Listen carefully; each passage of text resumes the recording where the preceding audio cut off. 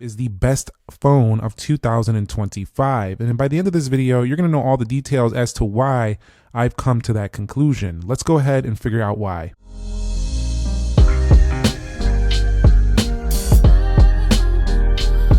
So what is up, guys? Nick here, helping you to master your technology. And let's go ahead and talk about why I've come to the conclusion that the S25 Ultra is the best phone of 2025. Quick spec refresh so you're familiar.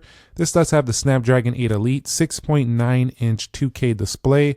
It does also have a 200 megapixel camera on the rear, capable of 4K 60 and 8K 30 as well. You can also do a 5,000 milliamp lithium ion battery in here. It's capable of 45 watt fast charging, and it does come with One UI 8, upgradable to One UI 8.5 beta right now. It will have that software pretty soon. But let's talk about the very first reason after the quick spec refresh, and that's going to be the ultra premium design.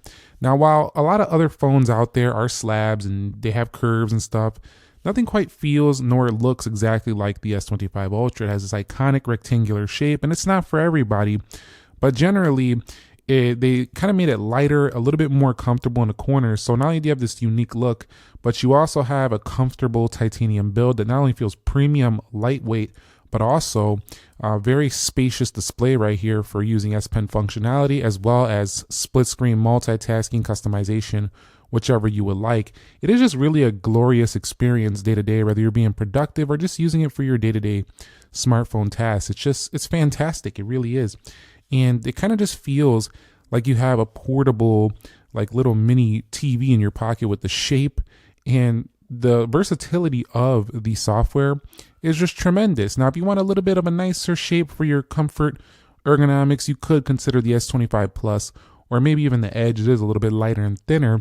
But generally, this one just feels like it hits all the important points that you would want in a premium smartphone, including titanium rails. And I do have this Samsung exclusive jet black here, but it also does have, just a really overall nice lighter weight than some previous Ultra phones. So it kind of just sits in the hand, feels nice. And I think the shape allows me to not drop the phone as much. I feel like I have a good grip on the side of this phone, just due to the flat edges. And also, while they don't have their, curved displays or anything like that anymore, it's purely flat. They do have pretty thin bezels on this phone. So most phones don't have thick bezels anymore, but some of them have thicker bezels than this. So this is pretty good. Although I think the iPhone might have slightly thinner bezels now. It's kind of like a bezel race now. Who's going to have the thinnest bezels? One thing I don't like overall about the design is just these camera rings. They fixed that on the Galaxy Z Fold 7, so I'm expecting the S26 Ultra to go away from these plastic looking camera rings. Not a big fan of those. That's the only thing I would knock on this design. However, it is a little bit boring and playing it a little bit safe at the same time. It doesn't stand out as something drastically new, but Samsung already knows they have one of the best out there, so they didn't probably feel the need to change it, but we should still push them to change it, because I would like to see just something that looks different for once, because it kind of still looks kind of the same over the past several years, if we're being really honest with ourselves here. Now, when it comes to the actual screen quality itself, you can see one of the things I really enjoyed about this panel all year is that it actually has the smallest punch hole on any smartphone out there. I find, I feel like most of them aren't this small, so very tiny punch hole, so it almost feels like I'm holding an entire all screen. Also, because of the shape, it's like my favorite to enjoy media on if I'm using a smartphone for media consumption, just because it literally feels like you're holding a widescreen TV in your hand. If I just put a little stand right there, I could literally visualize it becoming a little TV. Of course, it's not, it's a phone, it fits in your pocket, but I'm just saying the shape kind of reminds me of that. Also, it takes really good advantage of the panel, being able to go into the landscape mode, which is something Apple used to do back in the day. And they also made the icons a bit bigger here, so it's easier to access them within this landscape mode. But then the ability to go ahead and pop view things, split screen view things, also put this onto a Samsung DeX and make it like a little computer. I mean, this thing is a true powerhouse in the pocket. It really is. And it has the space to do things, even though it kind of feels a little bit smaller compared to like a folding or a tri-folding phone. I'm still able to get it done while still having that practicality of a slab style smartphone. So you can see right here, I really do enjoy the overall advantages being taken of this panel. Not only that, if you want to do your traditional split screen, you have those options as well. and Samsung lays it out pretty nicely here for you. And you can also click right there to flip them around, and it'll tell you some of the phones with the more stock Android experience do have to have you just double tap it, but this tells you to flip it around there. So that's a little bit more user friendly, if you will. Also, we're not only done there, this display has incredibly good anti-reflective properties. It really doesn't have any glare. And if you put Samsung's anti-glare screen protector, it also looks fantastic. So that's really good. The overall sharpness is also very strong, very high pixel density. And the only area this is getting beat by some of the competition is 10-bit displays, and also some other displays are brighter outdoors, but this one's still 2600 nits, so it is very high as well. The ability to change between Full HD, QHD Plus is nice, and you have different modes like Vivid and Natural modes as well. They used to have a little bit more customization within the display, but at least you can go to advanced settings and change your RGB values and stuff of that sort. Generally, this display is just awesome. It's like the best display I've seen all year in terms of just kind of having like the best anti-reflective properties. The size, I really like the size. Sharpness is there. The only difference is some other phones I think have better calibration and better PWM rates. That's the main thing that the other displays are still doing better. So Samsung still has room for improvement, but this was good enough to still put it at my best phone of the year. We can't call this an ultra phone without having ultra level performance, and this phone definitely rocks out with that. It's been beating the top iPhones this year in most benchmarks. It also does have really good RAM at 12 gigs. You can get it with up to 16 for higher storage, the highest storage tier versions, but this phone right here is just very, very fast in general. Like everything it does, it's down to the One UI animation updates, faster Wi-Fi performance. And the funny thing is this phone has been out for the entire year. It came out like way early this year in January, so you kind of were ahead of the curve for a very long time if you bought this phone early. We're already going into next year, which we'll probably see the S26 Ultra, but this had vapor chamber. It was very good at keeping the heat down, which Apple definitely took a page out of for their recent iPhone 17 Pro Max. This one already had those features a whole entire, like almost, what was it, like 8 months before that phone came out. So you were already beating them months in advance. So definitely very nice here with the performance. Right now it's just downloading some resources for that game, but you get what I'm saying. You can play all the games, you can multitask, you can run decks, you can blaze through everything. And the thing is the stability has been pretty strong too on the Samsung Galaxy S25 Ultra. I found that I don't really get app crashes, any restarts. The phone tends to have some pretty good reliability when it comes to that aspect. It does have some bugs when you do beta, and here and there you get some stutters and some app crashes. Very rarely, but occasionally, especially if you're pushing the phone hard. But it's pretty high level performance with that overclocked CPU for Galaxy, the Snapdragon 8 Elite in here. So very strong stuff here. This also has a really good suite of AI features, including the integration with Gemini here. You just hold down on the power key. You can also hold down here for circle to search, just like you would do on a Pixel.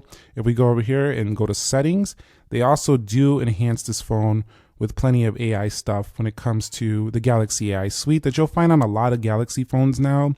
But this one also does have that photo assist feature, which really helps things out a lot with generative editing and stuff like that. I enjoyed that one. You also have audio eraser. This one is pretty awesome when you're taking video and you want to erase audio, or you want to like tweak the way the audio sounds. That's a pretty cool and neat feature. Browsing assist for summarizations and translations. So not everybody uses all these AI features, but if you do, I think they have a pretty strong suite. I think it's baked a little bit better into the core of a Pixel phone, but Samsung is definitely giving you almost all the same stuff. So you are getting close to having the best AI experience on a phone today. So that only makes them also be put in this category, the best one of the year, no doubt. So definitely pretty strong. And of course, you can use those AI applications, Gemini, ChatGPT, on basically any computer these days. So this also has one of the best cameras of the year, especially in zooming, especially in versatility. So this is my favorite phone of the year when it comes to a camera that feels like I have a pro camera in my pocket. The ability to do, if we go over here to video, the ability to do log right from the video app itself with one click of a button, pretty neat. You also have 8K, which is not available on an iPhone. And the thing is that Apple probably thinks most people don't use 8K, which is they're probably true, but to have an option I mean, it's just awesome for a phone. But it has really good background blur. The video is strong. It does have macro modes on here on board, so that's pretty nice. And if I go over here to more, we do have dual recording modes, night modes, pro video modes. I mean, it's all here. So I enjoy this phone a lot when I'm going to do photography or videography, and I want to tweak the phone's camera results, video results myself. It also does have pretty strong auto modes as well.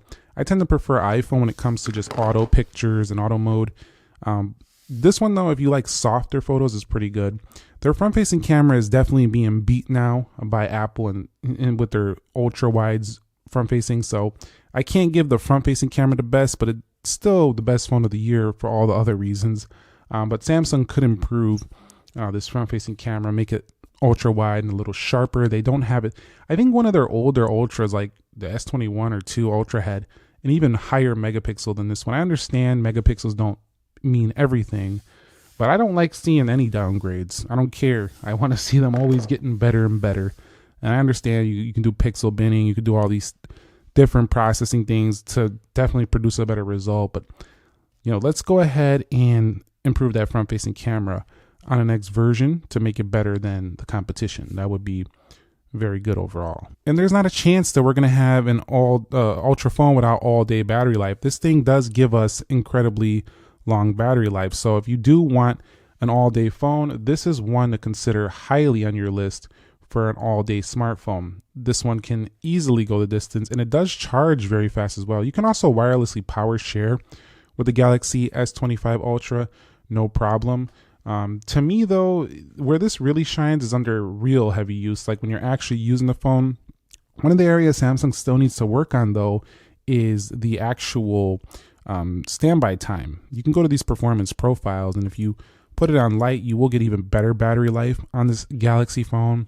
And some applications within the Android ecosystem, if they're not optimized well, they can drain battery a little more. So be careful with what you're downloading. Check to see how it affects battery and stuff like that.